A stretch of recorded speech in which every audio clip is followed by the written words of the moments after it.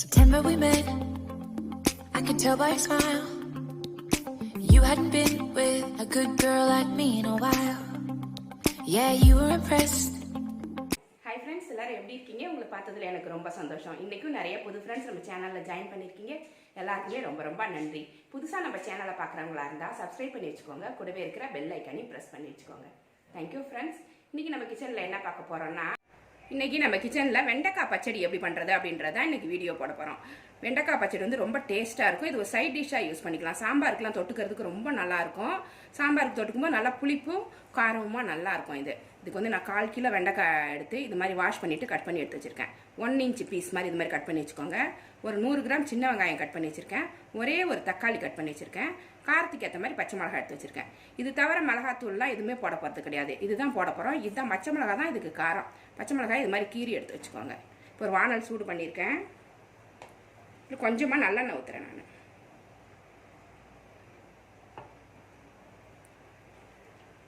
எண்ணெய் சூடாயிருச்சு.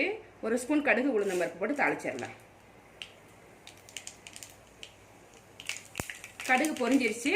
இப்போ வெங்காயத்தை போட்டுருவோம்.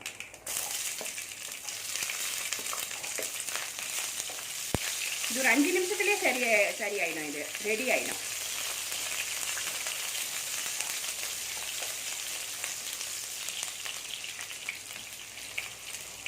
வெங்காயம் வதங்கிடுச்சு. பச்சை மிளகாயை சேர்த்துடலாம். தக்காளியும் போட்டுருங்க. அப்படியே வெண்டைக்காயும் போட்டுருங்க. எல்லாத்தையுமே சேர்த்து வதக்கிடுங்க. கொஞ்ச நேரம் இந்த எண்ணெயிலேயே அது வதங்கட்டும்.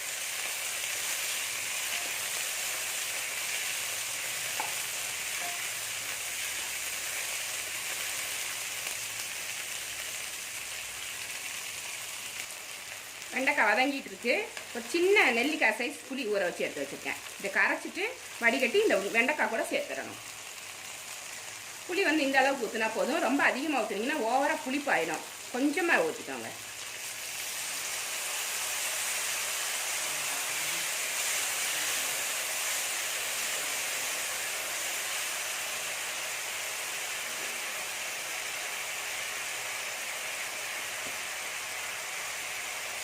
ஒரு 1/4 ஸ்பூன் மஞ்சப்பொடி,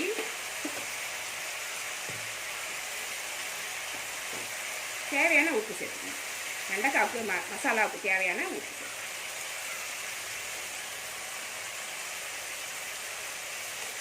தண்ணிலாம் ஊற்ற வேண்டாம். இந்த புளி தண்ணியே போதும். இது ட்ரை கறியாக எடுக்கணும். ட்ரை ஆகிற வரைக்கும் இது அப்படியே வதக்கிட்டே இருக்கணும்.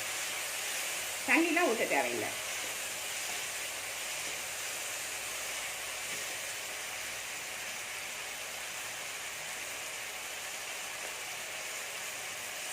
கொஞ்சமாக கருவேப்பிலை.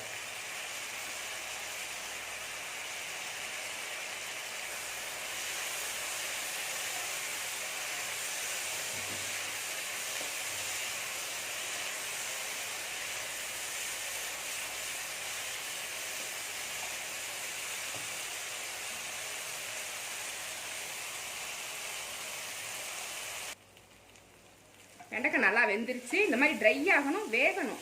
வேகிற வரைக்கும் நல்லா கிளறி எடுத்துக்கோங்க. அப்போ தான் நல்லாயிருக்கும். டேஸ்ட் நல்லாயிருக்கும். இப்போ இது ரெடி ஆகிடுச்சு. ரொம்ப டேஸ்ட்டாக இருக்கும். இது வந்து ரச சாதத்துக்கு நல்லாயிருக்கும். சாம்பாருக்கு நல்லாயிருக்கும். தயிர் சாதத்துக்கு சூப்பராக மேட்சாக இருக்கும்.